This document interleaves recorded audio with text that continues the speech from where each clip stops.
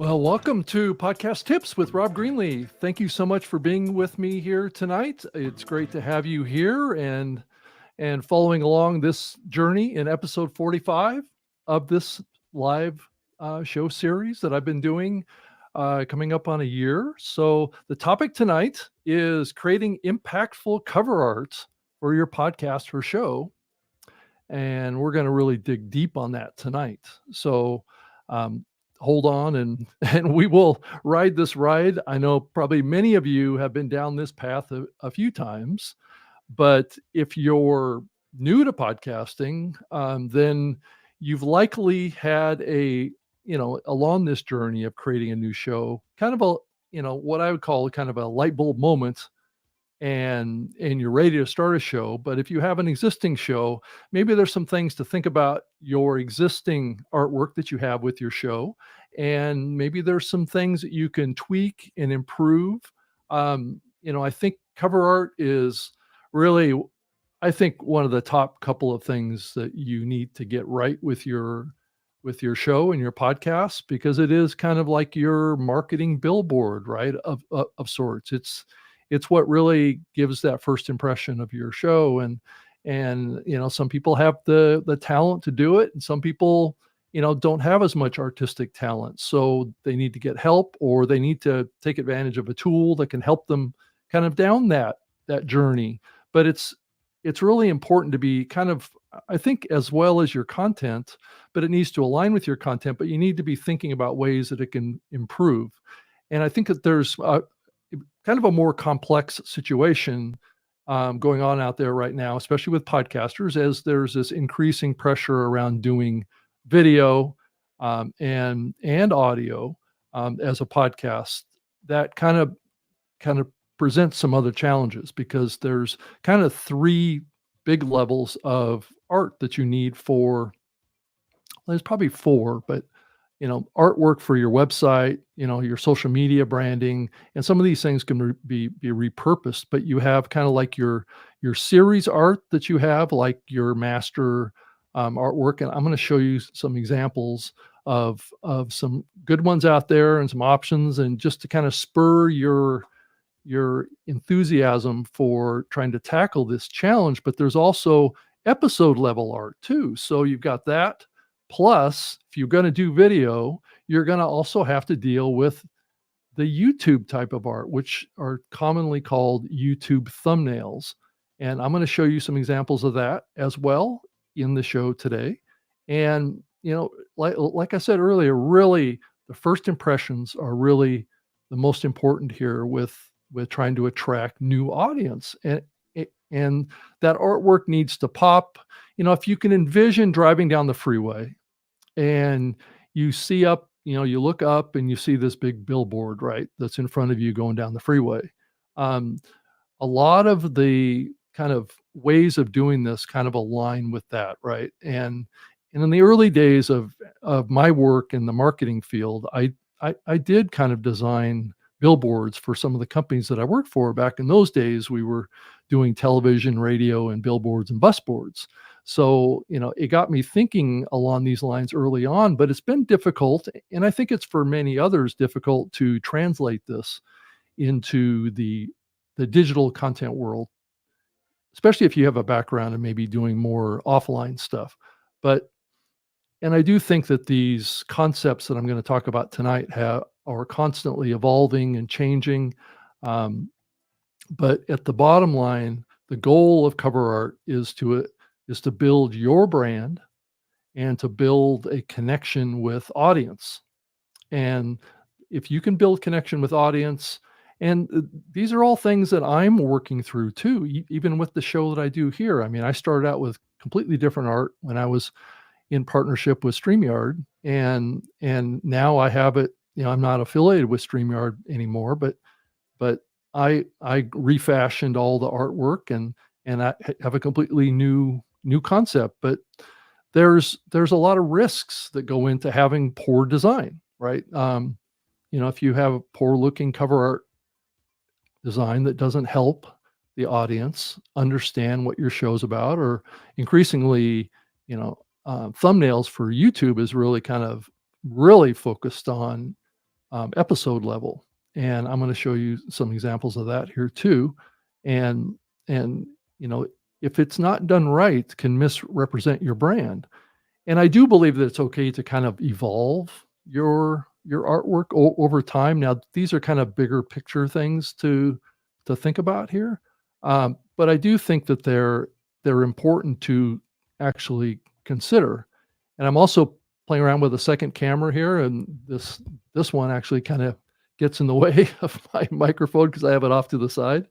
But you can also see that this is kind of a side topic too, but if you use multiple cameras, and I'm starting to get involved in some projects that are involving with multiple cameras, and it shouldn't take away from what you're doing. It should add a different kind of visual element to what you're doing, and I can go back, and the StreamYard platform has this ability to tap into multiple cameras and still do it through a browser. But anyway, that's a little bit of a sidelight to this topic. Um, but it's really so important that you get your visuals and your graphics and all this stuff really, really nailed and down, because like I've created the images like in the upper part of this up here with my name of my show, and then I've kind of simplified it. Right, I really focused it down to just the core of what I'm trying to do. And I think you've probably seen this artwork that I use as a thumbnail, and I think that I can probably get rid of the other portion of me. So let me get into that.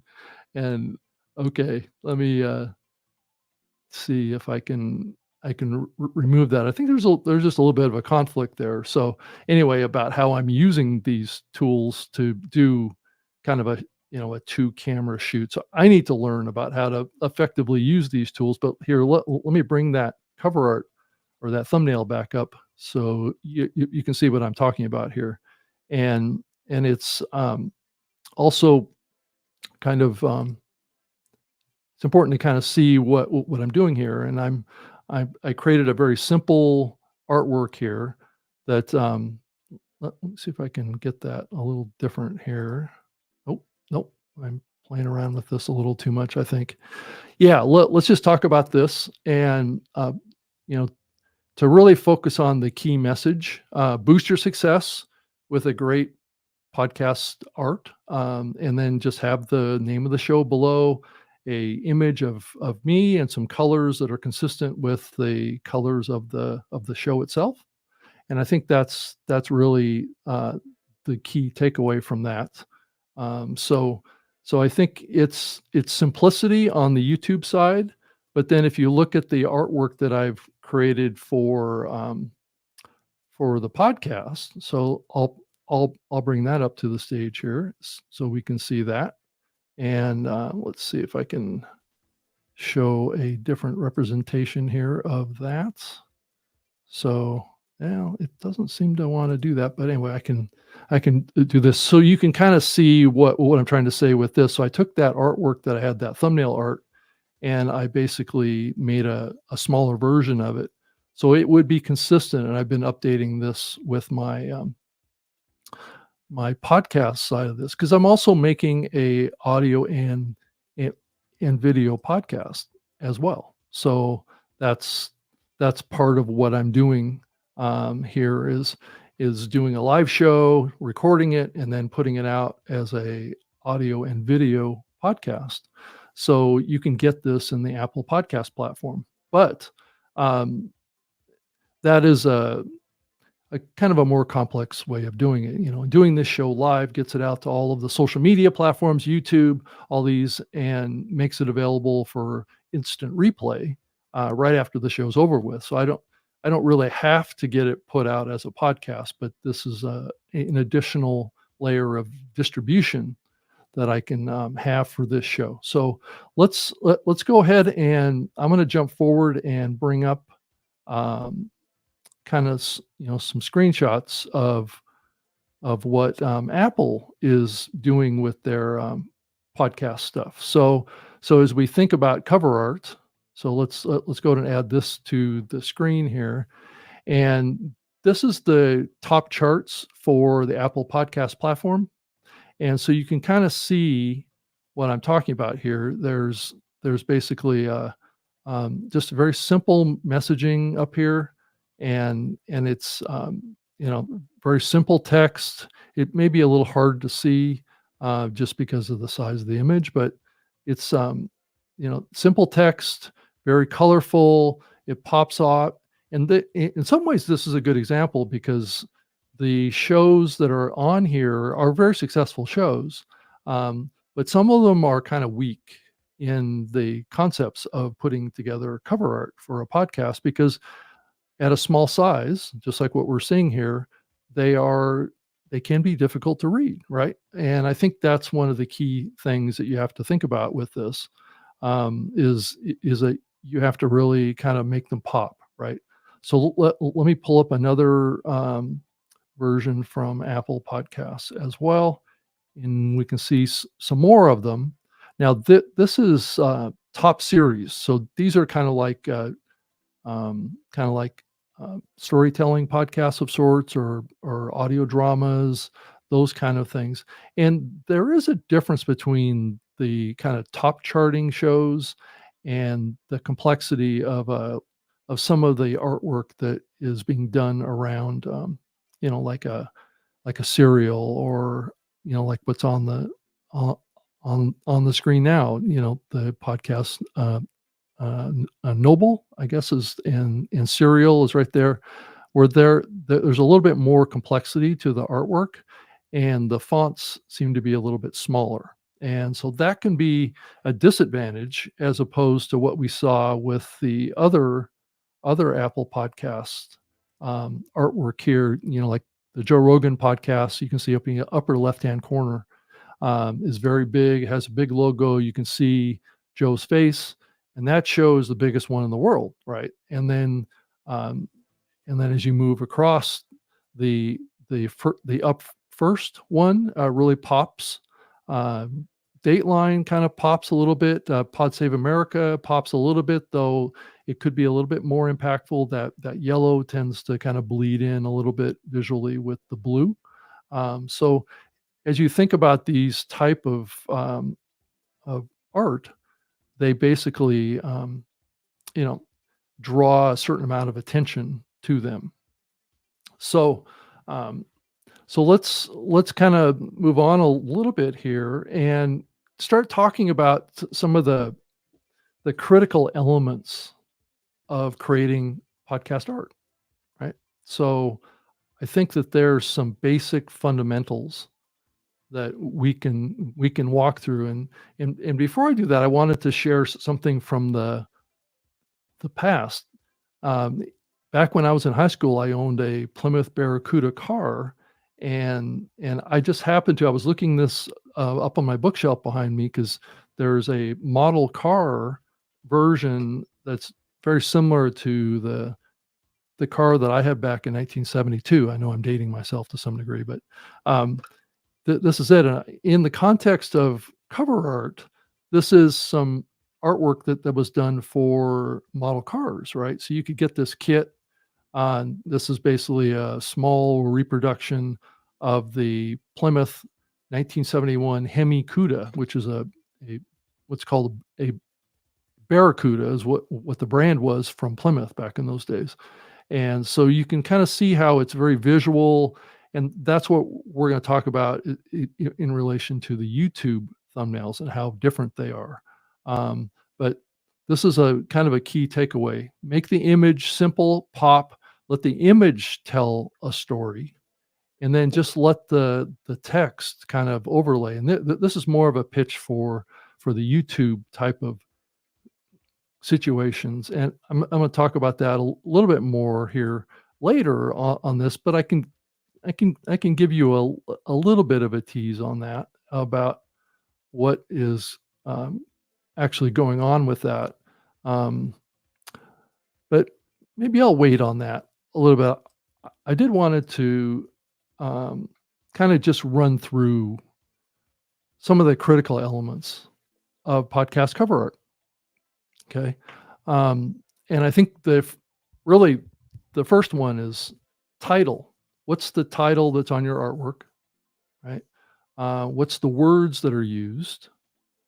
And is the title on your artwork or the name of the show, is that a clear reflection? In some ways that this gets into kind of another layer around, well, what is the actual show name? I mean, and that's an important component of this, right? Too, it needs to be short and concise, you know, and this is more than just about your cover art. This is about um, basically being able to create all your marketing messaging and having keywords in there that are important for your show, right? Just like I showed you with the cover art for this program. Um, this is, it's a clear and concise name. There's not a lot of characters. There's contrast, and so when you make this image smaller, it's readable, right? People can read it. I haven't cluttered it up with a bunch of other text, so it has a focal point to it, right? It's me, and a lot of people don't associate my name with my face, but what it does is it adds a element of personhood, right? There's a person behind this, and over a period of time, what you're doing is you're building your visual personal brand with your audience and in association with that topic of the show, which is very descriptive to what I do with this show. I've got a version of this art that says live audio podcast tips, and I have one that's live video podcast tips. And those are in the Apple Podcast ecosystem, two separate RSS feeds. That one has the audio, the one that says audio has an audio file in there, and one that says video has a video file in there. And but my topic is about that. It's also about doing live video podcasting as well as doing live audio podcasting, because really they're all the same thing when it comes to this show. So so it's very meta for what I'm trying to do here. There's no doubt about that. But so those names, that name of your show is so important. And so there's like I talked about earlier, there's the name of the show, and then there's the episode titles, right? And there's two different kinds of artwork that you can make. You can make the episode artwork for YouTube or for your podcast, and all the hosting platforms support episode level art, and Apple encourages it. I think it's a smart thing to do. I haven't started making episode level art for this series yet, but I would like to get started with it. I just haven't made a template for it yet. But I actually probably have it already because I'm making one for YouTube right now, right? So I'm already doing a really episode level art right now to create this for YouTube. So really all I would have to do is just resize this image to being a square image, and all of a sudden, pow, I've got my episode level art. So it's really about, and this is what I've been trying to do too, is to create all the content at once, just like this. Now, there's some inherent disadvantages to doing all your content live, but I do think that there's some advantages too. So I wanted to welcome Arena Friedman Watts, who has joined me and who joined me and made a comment here. I think it's clear is what she said, and her podcast is Better Call Daddy. It is clear, live podcast tips is, I think, as clear as I could be. I think when I started this show with StreamYard, I probably would have had more success probably if I was a little bit clearer in what I was doing with my artwork. And Rena's comment here is, daddy is a good word. Well, I think it also maps to some other very popular podcasts out there, Rena, that maybe people are associating with you with, and I think that probably helps your show a little bit. So I agree. I mean, I've been a guest on your show before, so I totally agree. It's a fun concept that you're doing with the name of your show, but the episode titles are increasingly becoming important, and I think it's okay to really focus on those again and really kind of get a little deeper with those, especially because of YouTube. So if you're already doing it to go through the process with YouTube, you might as well do it with your podcast too. And that's where I'm going to get to probably starting next week. Is I'll start.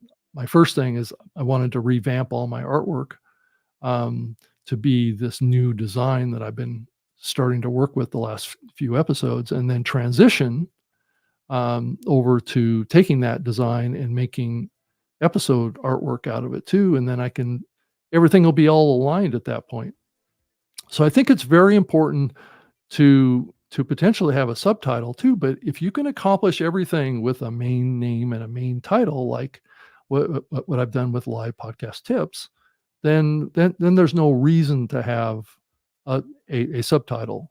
But some shows maybe have a name that's not as easy to understand what the scope of this show is, right? So you have this range of situations that are out there around creating a show name. And sometimes it's helpful to have like a few keywords underneath your show name that kind of give deeper context to what that show is. Now, granted, that's going to complicate your artwork to some degree, and it may present some challenges around keeping the size of it consistent, right? But that may be worth doing. So it's just a matter of if you think that that it's worth doing. And I think that's going to be up to you as a podcaster to make that determination. So and then the next one here is style. What's your style? Style aligns with a lot of different things. It's things like this background that I have here. If I were to go to this and see myself twice, but you can see what my background looks like, right? And so that's kind of a key thing. It's the branding of it, and I created the lights behind it too that match pretty close the colors of the branding of the show. And then I have this green, black, and red color scheme with the show. So you have to kind of align with all this, and then you think about your cover art. Does it consistently align? And I think there is a case to be made here that, alignment of colors, and like I've done with this show, maybe help, maybe give a little bit air of, professionalism, I guess, or quality. But I also see a lot of shows that are very popular. And I've started doing this to some degree myself. I got a new camera that I can hold in my hand and go outside and get 4K video and stuff. And I'm starting to play around with just getting out of the studio. And I think I talked about this last week a little bit, getting out of the studio and trying to produce content out in the real world. I'm doing that with another kind of video series that I'm doing on the YouTube platform called Behind the Wheel. And it's actually taking video of me driving my Tesla Model 3 with full self-driving. So I've been doing a lot of that lately. But anyway, to get back onto the topic, I tend to stray a little bit. Sorry about that. But so style is really important, and how you do the show is important too. So, the other thing to think about too is, like I had in the image that I brought up there, that there is a component of, what's the elements of your artwork, right? What kind of what can I say? What kind of photograph do you want to have in there, and how impactful is that? And does it help build the brand? And what other kind of visual elements do you have in your artwork that maybe accent things or bring an emphasis or pull the eye? These kind of things are things to think about as well. So I do think that those are important, and for you to think about that, right? And then the next thing, the next couple things I want to talk about is color and fonts, right? So those are important pieces to the puzzle here. And I do have an example. So if I want to get into colors first, one of the things about colors is that certain colors invoke a certain emotion and a certain kind of feeling about you and about your brand and about your show, right? So, these are important things to think about. All of us have our favorite brand or colors, our favorite kind of designs, our favorite kind of themes, things like that. Like, I'm going to bring up a color wheel here for us to talk about, but just in a general sense, base colors like red tend to invoke kind of passion or danger kind of impression, right? Blue represents calmness or technology, and yellow oftentimes conveys like an energy or a happiness. And there's other colors too. Let me pull those up, and it can give you a little bit of a of a show of this, and it may be a little hard to read here. So let me that may not have turned out just the way I would have liked it, but let me pull it up a little bit larger on my screen so I can actually read it a little bit more. So at the top of the image, you've got pink, right? So pink is tends to be feminine. It's playful. It has kind of a gentle, soft, um, compassionate feel to it. Red tends to be, like I was saying before, passionate, powerful, strong, um, and and it has a lot of kind of desire to it, right? But it also has a strong pop. People notice red probably more. Orange tends to be courteous, confident, and have some energy behind it, is vibrant, and is social, right? And then there's yellow, which is joyful and has some energy to it, is bright. Green is fresh, wealthy. I guess it's the color of money, I guess. And growing and organic and I believe trustworthy too. Blue tends to be loyalty, tranquil, calm, all those things that you might want, and it tends to be a little bit on the male side. Purple is noble. Um, I think it's magnetic of sorts, and has some I don't know what's the right word to lustrous elements to it. It's very creative. Brown is earthy, grounded, and really, really conservative. It's of the earth, right? It's very base. White is really it's considered to be a non-color. Is what it is, and it's very, I guess, the right thing to tell me. It's kind of it's innocent, right? It's clean, right? And black is sophisticated and dramatic, and those type of emotions.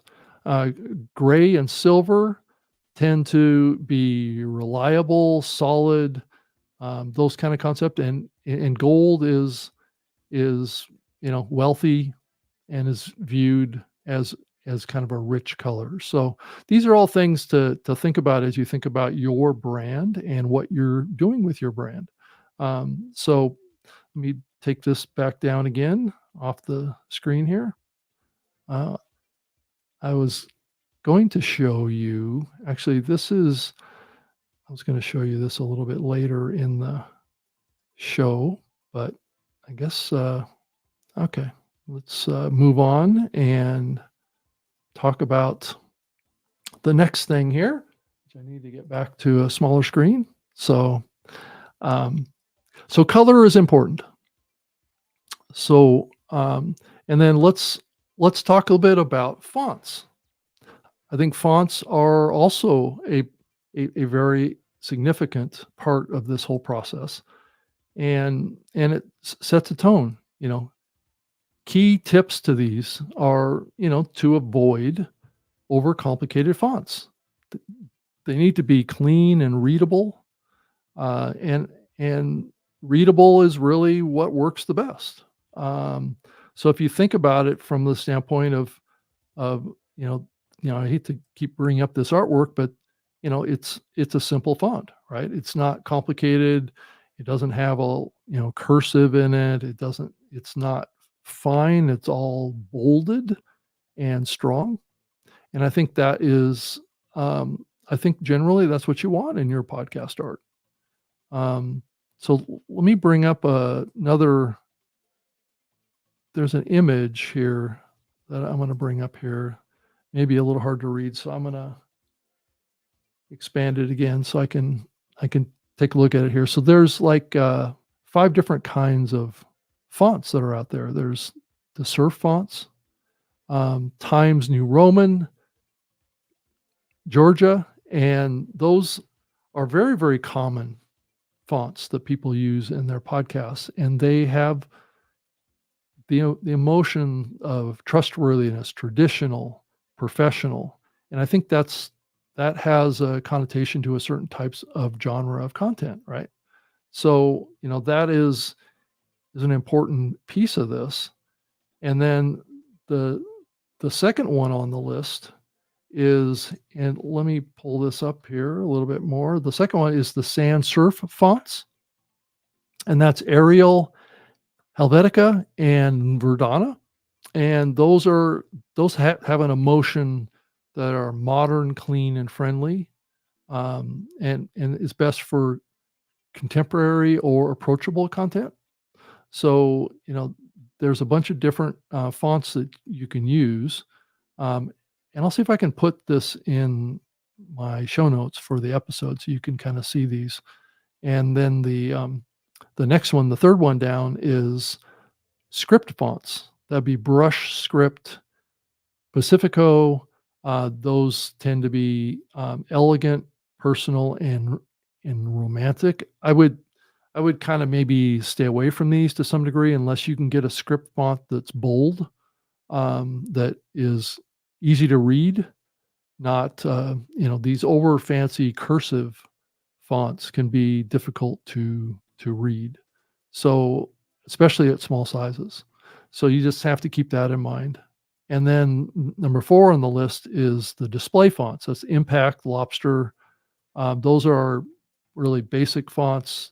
They have bold, attention getting. They can also be rather fun too.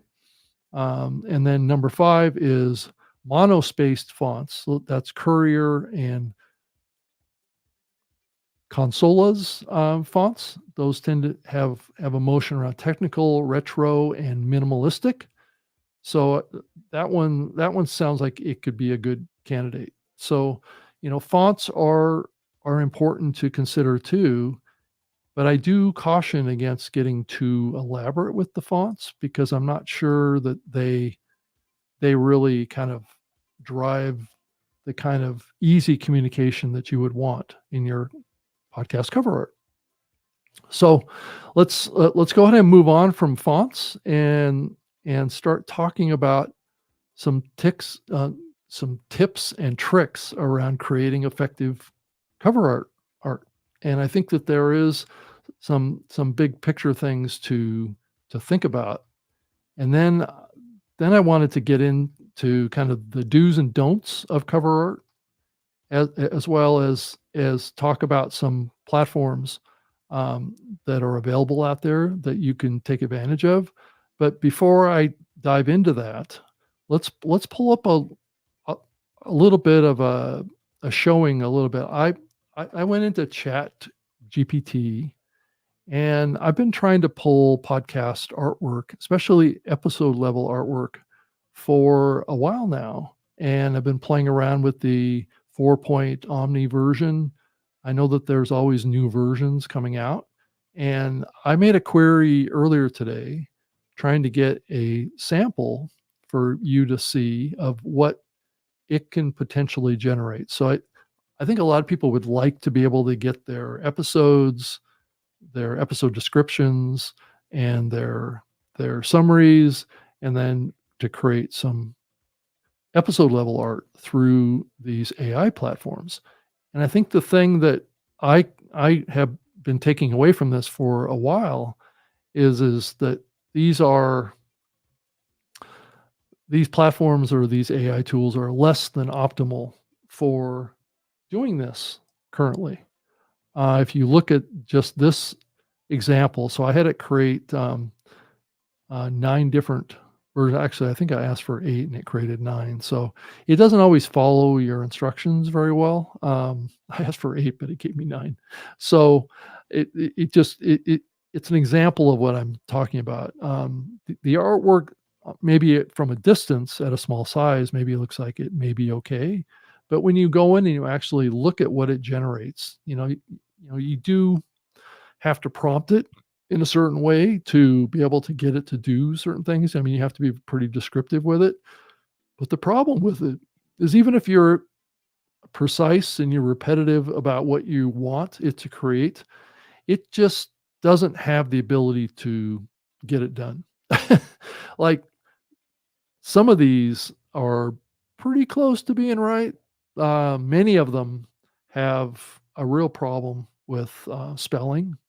Most of the time, it tries to spell things. It gets it mostly right. It really messes up in the smaller text, and you can't really even tell it not to have smaller text.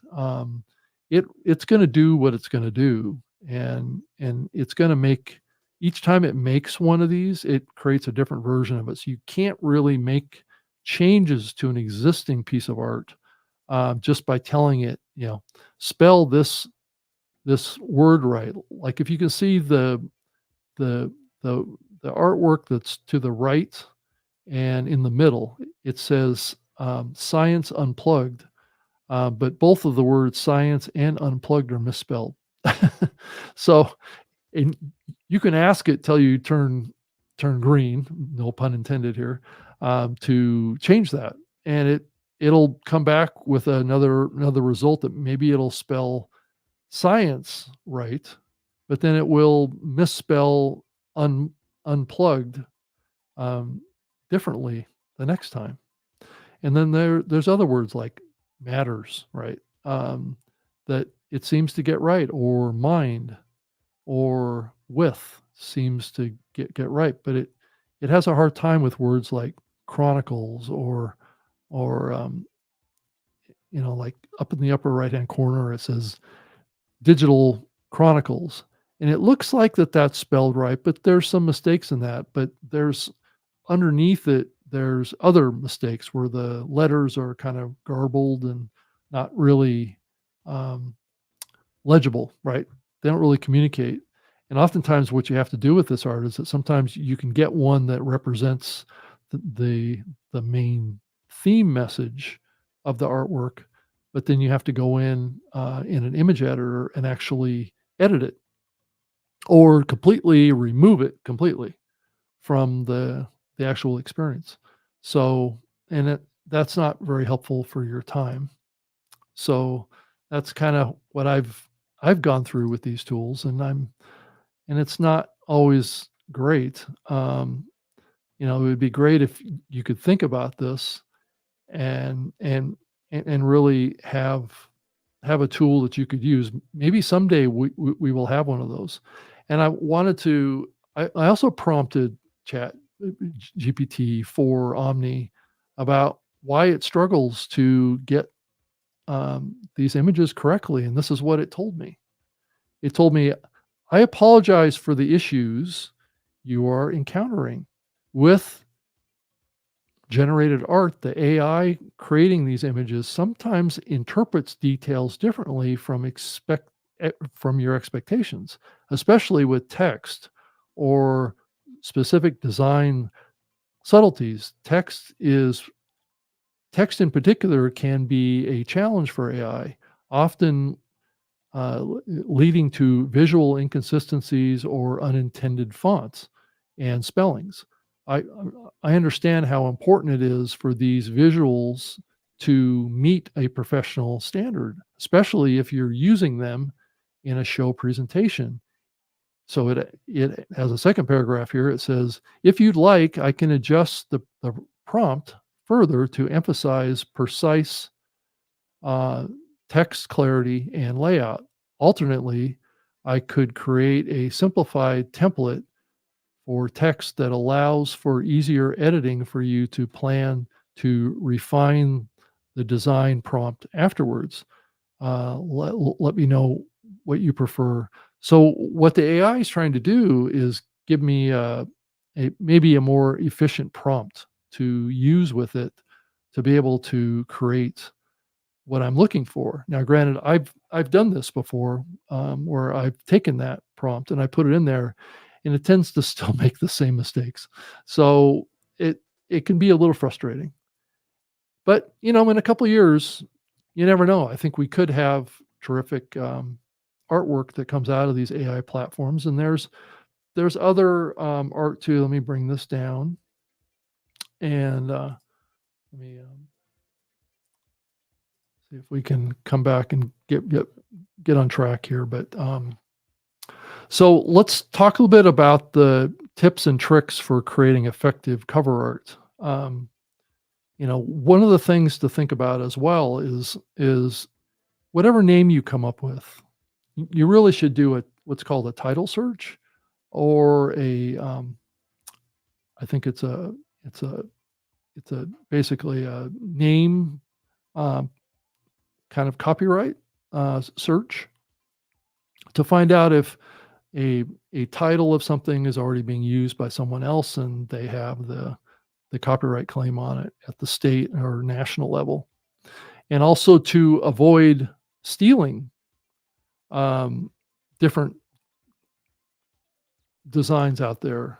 And it's okay to get inspiration, but don't copy what other people are doing. Originality is important.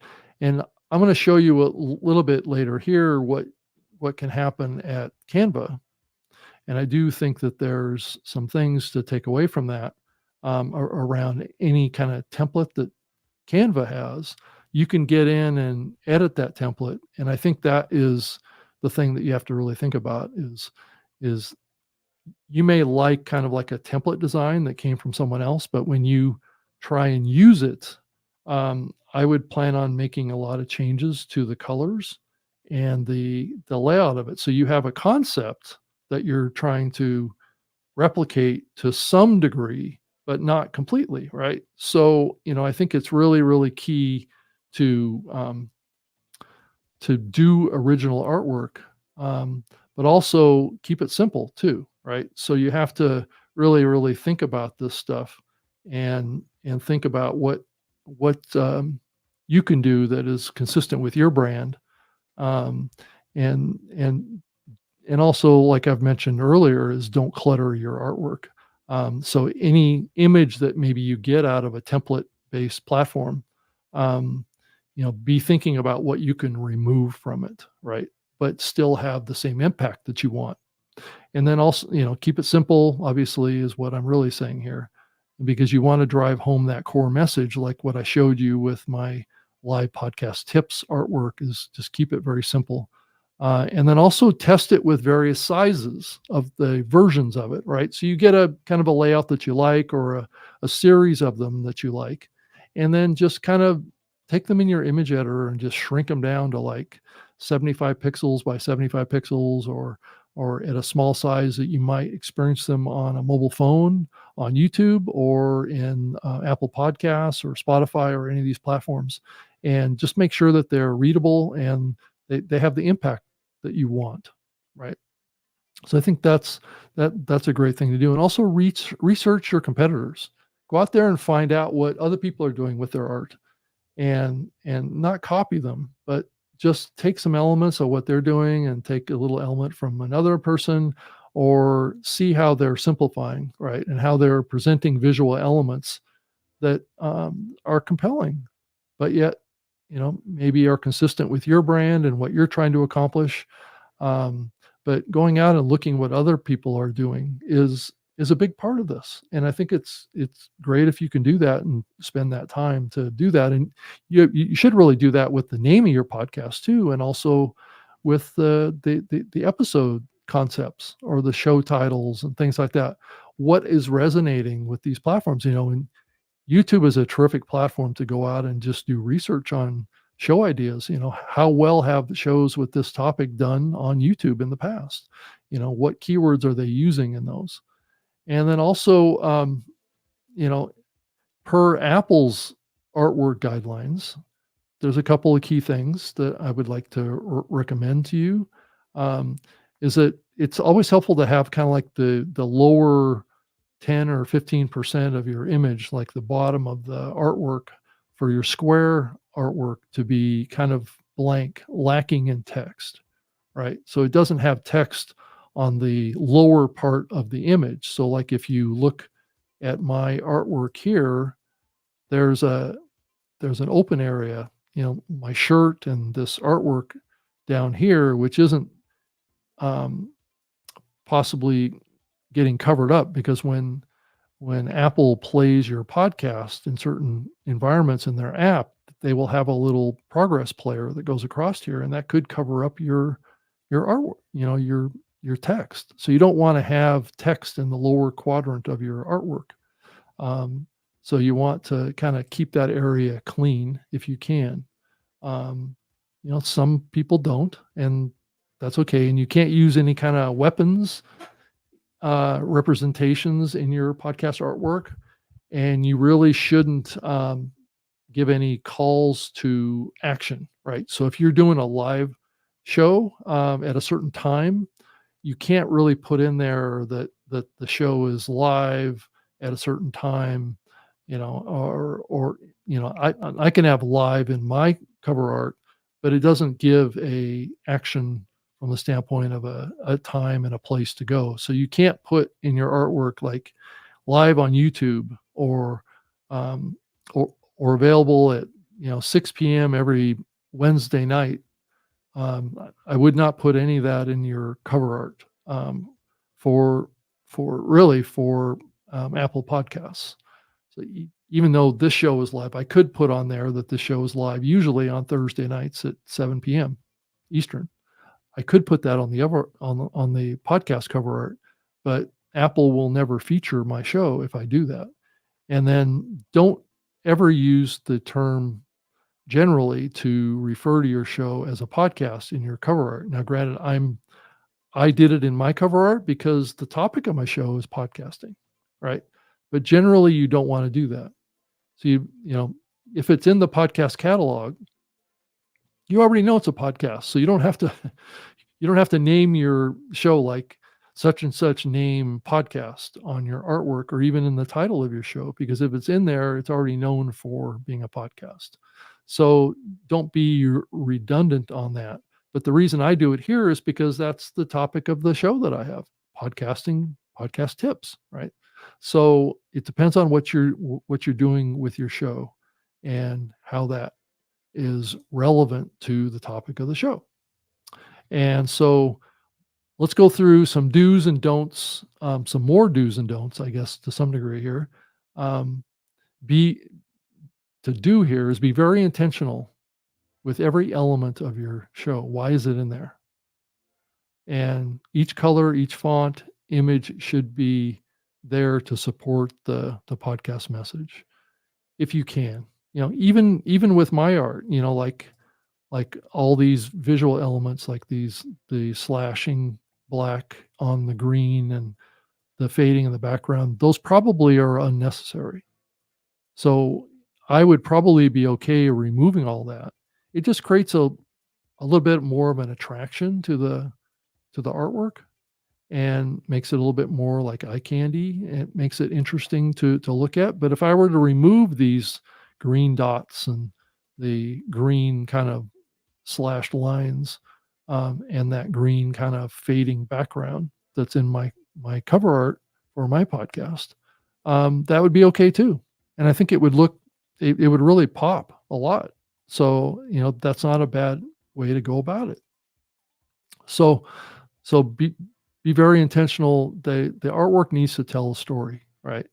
And that artwork also gives a consistent feel for the coloring brand of my show, right? So that's the only real benefit there. And use contrasting colors, right? So I have red, black, some white in the visual image of this, but and this kind of fluorescent green of sorts. And those are all just elements of the show that I've built over time.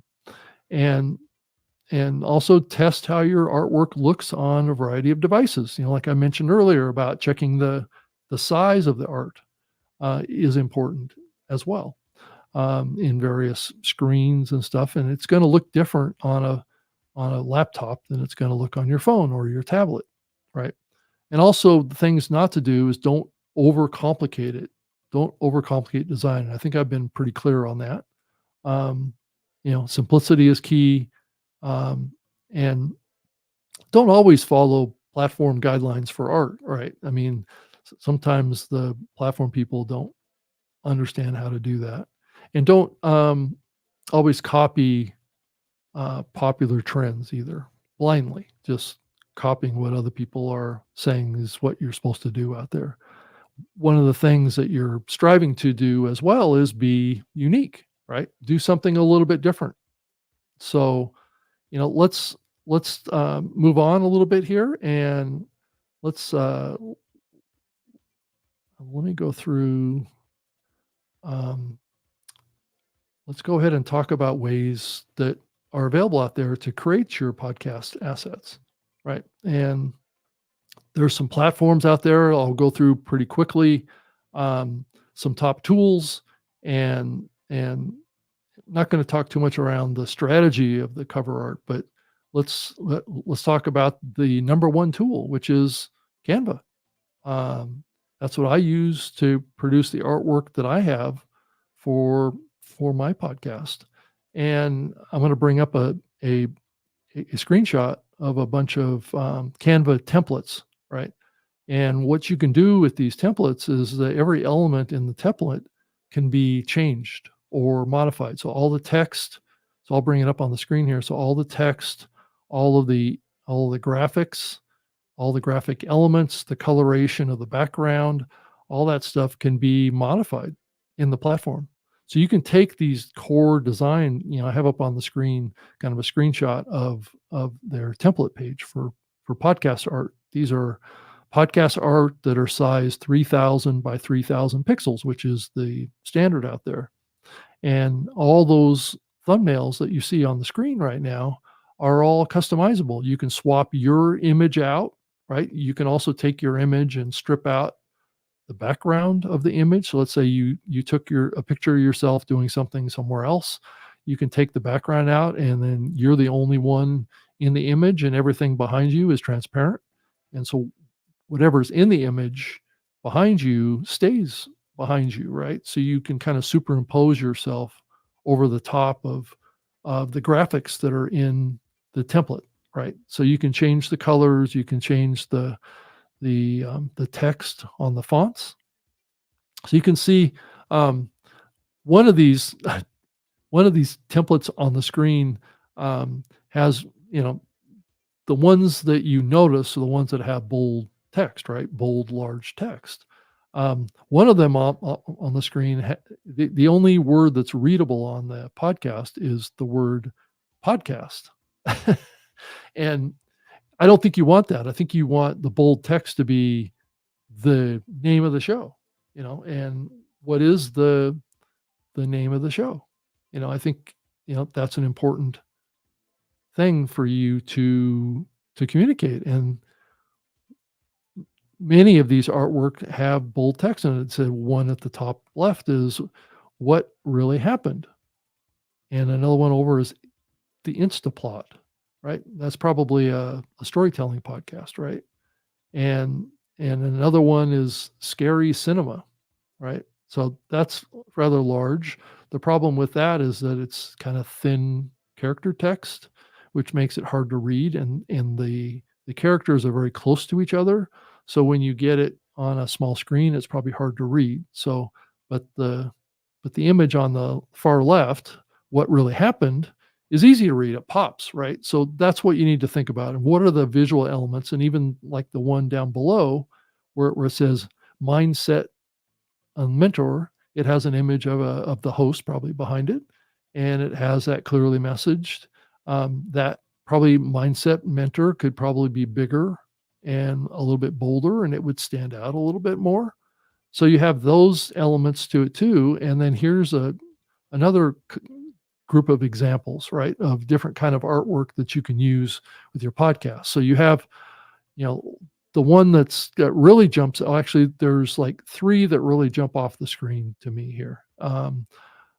There's kind of like a greenish, yellowish one that's right in the middle on the lower row. It's called Tech Vision. And then one at the far right, which is kind of pink lettering with a black background, called Daily Talks.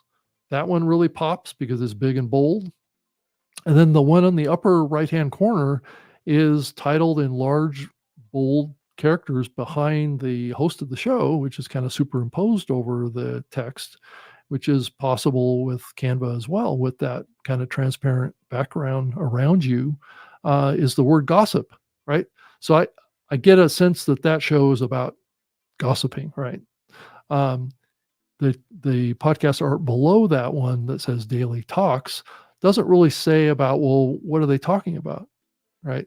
So that's the other part that you have to think about with this is that, well, what's the messaging? And then there's other podcasts on this that, again, it's bolded the word podcast, right?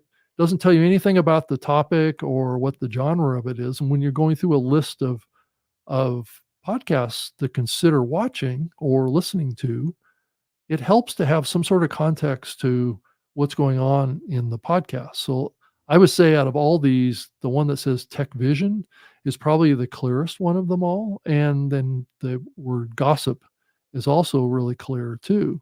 And then the pink one toward the middle on the top row, Lexi Knows Best. That still doesn't tell me what that show is about, other than it's Lexi knows something best. I don't know what that something is, but that's the challenge of this stuff, right? Is how do you communicate what the show is about while at the same time making it bold enough and small enough in text that you can actually get a benefit from it. So I think that's really the most important piece of this. So let me go ahead and pop back. And Canva is really, really good at this, right? They offer these tools. Those are the tools that I'm using. And the other tool that's out there is the Adobe Express tool, which is formerly called Spark.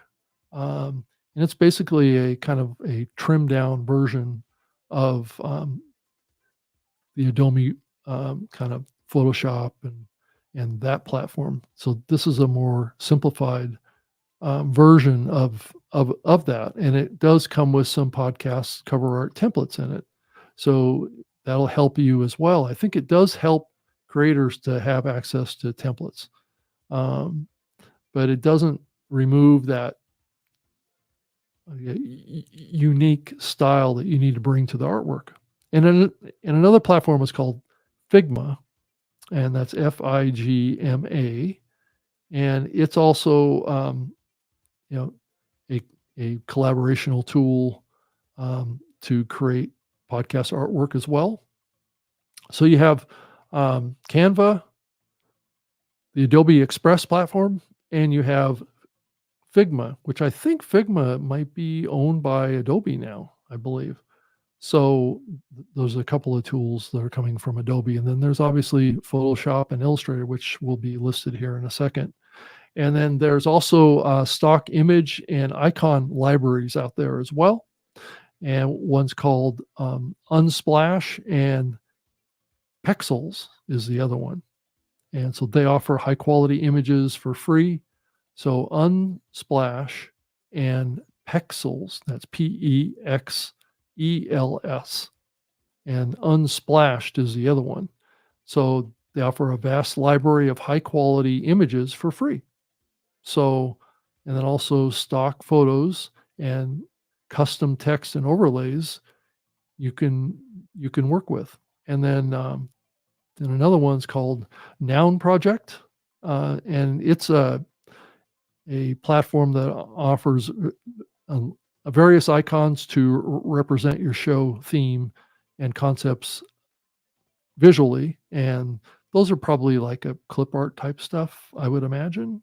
Um, and then let's dive into the AI tools. There's Midjourney and there's DALL-E, which is run through Chat GPT as well as um, Copilot in Bing. So you have that, and like I mentioned earlier, those are a big gamble to actually work with. And so I've already talked about those. So Midjourney is a really good tool to create graphics. It's probably better than the Dolly or the Chat GPT. So I just happen to use the Chat GPT because I'm already using it for the text side, right? And hoping that it will get better over time. So, but it hasn't really got there yet. So, and then the other one that I wanted to mention here too um, is a platform called Looka and Design Hill, but I have not tried either of these. So if you look at it's based, or Looka is what it's called, not Hooka, but Looka. That's Looka, and then the other one is Design Hill. And these are AI tools, really kind of designed to create logos and brands, right? It's a brand and logo creation platform, has templates, color suggestions, and design concepts based on your input. So you basically tell it what you want and it will create them. These are also AI platforms. So, and then the other kind of leader in the kind of professional design tool stuff, and these are what like a graphic artist would use, which would be like the Adobe Photoshop and the Illustrator programs. They both have massive learning curves to them. So it's probably difficult to kind of learn how to use these quickly if you need to get artwork done out. Plus, they're expensive tools. They are not inexpensive tools, but they are professional tools. So, if you did want to invest time in learning these tools, you could really create some amazing vector based graphics that you could use in a whole bunch of different use cases where it could be in print, it could be in on videos. It could be in all sorts of different sizes and dimensions. You could make posters out of it.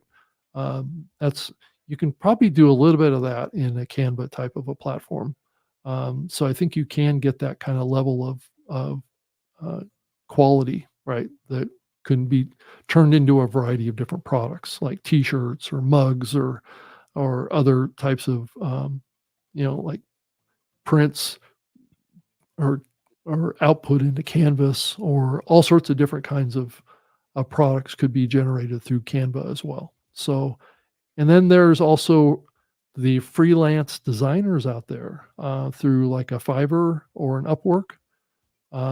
There, you can certainly, if you don't feel confident in creating your own artwork with some of these AI or Canva type platforms, you can certainly hire a freelance designer. It can be a cost effective way to get a professional quality cover art made for you and give you a variety of choices. So like maybe they give you like 10 different options of different types of cover art that follow your unique objectives. So what you want in your cover art, and then you can pick the one that you want or some combination of them. And I think that can be a very helpful thing to do. So I think the key takeaways here are keeping it simple, clear, and appealing, and also on brand with the fonts that you want and that are able to communicate what you want, and that also represent the content that you have, and test them. And so that is the key kind of takeaways from what I'm talking about here tonight. Now, I did want to talk a little bit about YouTube thumbnails and how those are maybe a little bit different than what you might imagine. And so what I'm going to do is I'm going to pull up a couple of videos here. Actually, I was going to pull up kind of a screen share of some YouTube thumbnails that are out there that are popular. Um, and I would highly advise that you do that. Go to YouTube and just scroll through and really absorb the type of artwork that is popular up there, and then look at the play counts and things like that of what type of shows are popular based on their cover art graphics, right? So I think that's an important thing to go do. And I think it will help you a little bit with your podcast cover art too, and how you come up with that. So let's go ahead and pull that up on the screen here, and I will scroll through that so you can get a good idea of what we're looking at here. And let me, okay, let's go ahead and so what's on the screen right now. It looks like Todd is live, or it started playing Todd Cochran. So, which is my co-host on my podcast. So you can see his artwork here is AI created, right? So, and it has a lot of small text on it, and it's not really ideal, I don't think, for YouTube, right? Or as podcast artwork. And as you can see, since it's AI generated, there's a lot of misspelled words on this image too. So I think in the next couple of years, it's definitely going to get better, and artwork is going to continue to get better out there. And here, let's scroll down beyond that, so you get to another kind of artwork out there that has fairly small images on it and pretty small text.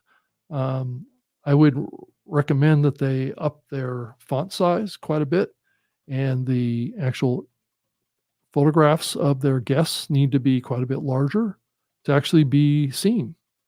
And then here's another one. This is an example of what I'm talking about, is that, you know, the images on here are large, right? The host has this shocked look on his face, like, ah, and and in some ways, this isn't really, the look on his face isn't really appropriate to the content, but I think what it does is it pulls the eye, right? Um, but as you can see, that it's kind of visually interesting. It's got a central figure on the right, and then a very clear, simple message on the left. One actor, any role, right? And then down below, you're adding kind of more context to what's in the video, which is Runways Act One will change Hollywood forever, right? And this video's had 16,000 views based on this presentation, and it's it's it's a good example of what's going on over there on YouTube. And then here's another one from the Impact Theory show. They lied to you, and it has a picture of Eric Weinstein, I believe, or Brett Weinstein on the right. It's a big image of him, and big bold text on the left. They lied to you, and the logo of the show is in the bottom left-hand corner, and which is always the best place to put a logo, is down the bottom left-hand corner if you can, because as you can see on the right, there's basically a duration number. This particular episode was 1 hour and 27 minutes, right? So they've got a image on the right that has kind of like a lighter background that kind of plays up the face. And then on the left, it's a little darker shade, which makes the white text really pop off of the image. And then down below, there's more context, right? The subtitle is down here in the title of the episode in text. It says, "The Brink of Collapse. Uh, uh, Liberals and the government have become a cancer to society." So that's the real topic of the show. And then here's another one. It's over, right? Black background, white letters, a central figure. It's probably the host of the show. And the subtext of the episode is, "Goodbye courses. Here's what I've built instead of 1K per day at 52. So I'm not sure entirely what the context of that is, but it's been seen 8,000 times. So whatever he's doing here is working. And in the impact theory artwork here, Tom Ballou, who's the host of this show, has had 101,000 views. So it's actually more effective than this one has been. And then there's this one here who has really not really a good kind of cover art for this. It really needs to have a picture of Elsie in here and the picture of the host and what the topic was that they talked about in the episode. So this particular one is actually just a trailer. It's only 59 seconds. So that's a pretty short, and it's only had 22 views in one day. So, that one obviously is not performing very well. It's very short content. And then there's this one with the redacted podcast. It has 2 large photographs on it and a central kind of focus and an arrow pointing to it. And this one's had 44,000 views. And then another one with our 2 presidential candidates here in the US and the decision, right? And this one has had 752,000 views, almost 750,000 views. It's only a 14-minute video, but it's a very impactful visual image that tells about what they're going to talk about, and that's the presidential election race here in the U.S. So that's kind of what I'm talking about here. Let me pull this down and pull myself back over here, and we can kind of wrap up the show tonight. I think I've gone into a lot of deep detail on cover art and podcast artwork and what might work and what might not work. And hopefully you have a better understanding of the spectrum that is available out there. It's a very creative need, right? So you have to be focused on what you're trying to accomplish, and keep it compelling, keep it simple, and evolve it over time. And I think you'll find what you're looking for over time. And so, I want to thank you for being with me on the show, here either live or if you're watching this as a on-demand playback and as an audio and video podcast. It is terrific to be here. This show is available off of my YouTube channel at youtube.com/Rob Greenlee, and that's spelled with 2 E's. And then I can be reached at my email, rob.greenlee@gmail.com, or on X at Rob Greenlee. And I also have a website.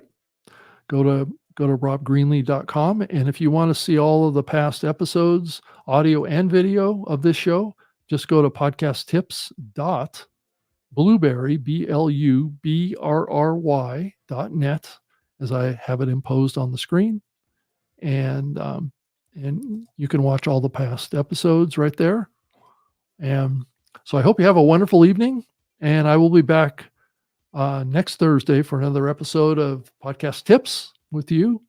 And this time I will actually be on Thursday, not on Friday, like I am tonight, which is not my normal time, but I had to because of Halloween. So I hope you all have a wonderful evening, and thank you so much for being with me on the show today. And it was great to have you here and spending so much time with you talking about a very important topic in the podcasting space, and that's cover art. So good night. Thank you.